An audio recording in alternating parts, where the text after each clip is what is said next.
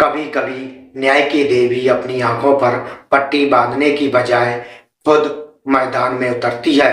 महाकुंभ मेले की भीड़ में एक साधारण सी दिखने वाली लड़की जो महिला मालाएं बेचती थी, असल में एक गुप्त आईपीएस अधिकारी थी। जब उसे अपमानित करने वाले पुलिस वालों ने उसकी आवाज दबाने की कोशिश की, तो उन्हें अंदाज नहीं था कि वे खुद सबसे बड़े अपराध की ओर बढ़ रहे हैं। लेकिन जब उसकी असली पहचान सामने आई तो पूरा थाना दहशत में आ गया।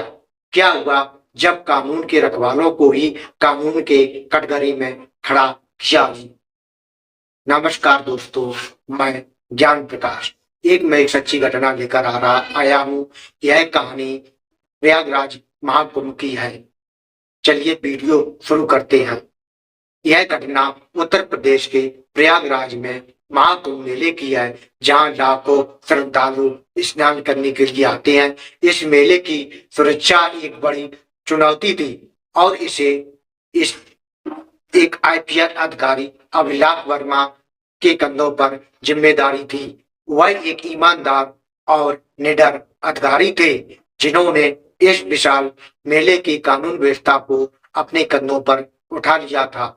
महाकुंभ में लाखों श्रद्धालु आए, लेकिन इसके साथ ही कुछ असामाजिक तत्वों से अब भी अपनी उपस्थिति दर्ज कराई।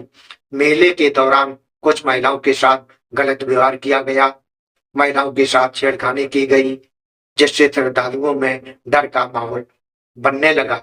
इसी बीच सुमित्रा नाम की एक युवती थी जो मध्य प्रदेश से आई थी और मालाएं बेचकर अपनी जीविका चला रही थी। वह भी इस घटना की शिकार हुई। सुमित्रा ने कुछ मंजिलों द्वारा गलत व्यवहार किए जाने की शिकायत पुलिस थाने में जाकर दर्ज कराती है, तो वहां का दरोगा उसका मजाक उड़ाता है और उसकी बातों पर अनसुना कर देता है और बोला, तुम कौन हो? क्या तुम एक महारानी हो? कौन तुम्हारे साथ गलत व्यवहार कर रहा है? चलिए यहाँ से जाइए, आपका कुछ नहीं होगा। यह सुनकर सुमित्रा को बहुत ठेस पहुंचती है और ये निराश हो जाती है, लेकिन वह हार नहीं मान रही थी। वह वहां पर आईपीएस अधिकारी अभिलाष वर्मा के पास जाती है और शिकायत करती है कि उनके साथ कुछ मंचलों ने और दरोगाओं ने उसके साथ गलत व्यवहार किया। तो अभिलाष वर्मा ने उसे नंबर दिया और उससे ये भी कहा कि अगर कोई भी तुम्हें परेशानी हो, कोई तुम्हारे साथ गलत व्यवहार करे, तो मुझे तुरंत शिकायत करना, और सुमित्रा को सुरक्षा का आश्वासन भी दिया। फिर वहां से अब सुमित्रा चली जाती है। कुछ देर बाद वही लड़के और दरोगा फिर उसे परेशान करने लगते हैं और उसके साथ बदतमीजी करते हैं, गलत व्यवहार करते हैं। तो सुमित्रा ने तुरंत अभिलाष वर्मा को फोन करती है और बुलाती है। जब अभिलाष वर्मा आते हैं तो उन्होंने थाने में ले जाकर बंद कर दिया, क्योंकि सुमित्रा कोई एक साधारण नई लड़की नहीं थी, न ही उन्हें पता था ये लड़की कौन है। जब उसकी असलियत सामने आई तो वो पूरा थाना कांप जाता है। असल में सुमित्रा जो लड़की थी, नाम की लड़की थी, वह उसका नाम सुमित्रा नहीं बल्कि उसका असली नाम मोनालिसा भारद्वाज था, जो मध्य प्रदेश की एक तेज तर्रार आईपीएस अधिकारी थी। अब उसे गुप्त रूप से कुंभ मेले में भेजा गया था ताकि वे कानून व्यवस्था की असली स्थिति को समझ सकें। जब दरोगा को यह पता चलता है तो वह सुमित्रा के पैरों पर गिरकर माफी मांगने लगते हैं, लेकिन सुमित्रा उन्हें माफ नहीं करती है और उन्हें बर्खास्त कर देती है।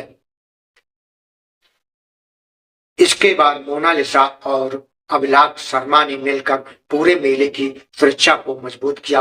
उन्होंने सभी पुलिसकर्मियों को सख्त निर्देश किए, यदि कोई भी अपराधी महिलाओं के साथ गलत व्यवहार करता है या श्रद्धालु को परेशान करता है तो उसे तुरंत गिरफ्तार करे। इस गुप्त मिशन की चर्चा बाहर नहीं हुई, क्योंकि यदि यह खबर फैल जाती तो श्रद्धालुओं को पुलिस पर भरोसा उड़ जाता। लेकिन इस घटना से यह साबित किया कि न्याय हमेशा विजय होता है। और कोई भी वर्दी पहनकर कानून के ऊपर अपना हक नहीं जमा सकता है। जब अभिलाष ने मोनालिसा से उसकी प्रेरणादायक जीवन यात्रा के बारे में पूछा तो उन्होंने बताया कि वे एक अनाथ हैं और उन्हें एक मंदिर में के बाहर किसी ने छोड़ दिया था। उसका बचपन एक अनाथालय में बीता और वहीं पर रहकर उन्हें कड़ी मेहनत की और लगन के साथ पढ़ाई करके उन्होंने आईपीएस की परीक्षा पास की और समाज में अन्याय के खिलाफ लड़ने का संकल्प लिया। जब मोनालिसा को यह एहसास हुआ कि उनके जैसे कई बच्चे अनाथालयों में पढ़ रहे हैं, तो उन्होंने गुरुजी के आश्रम में जाकर गुरुजी से मिले और जहाँ कई अनाथ बच्चे थे उन्हें शिक्षा और सहारा दिया। उन्होंने गुरुजी के चरणों में सिर झुकाकर कहा, आप भगवान से कम नहीं है जो इन बच्चों को एक नया जीवन दे रही हैं। आपको क्या लगता है कि मोनालिसा अर्थात सावित्री ने जो कार्य किया है वो सही है या गलत? हमें आप लोग कमेंट बॉक्स में जरूर बताएं। मिलते हैं अगली वीडियो में, तब तक के लिए अपना और अपने परिवार का ख्याल रखिए। तब तक के लिए हर हर महादेव, जय हिंद।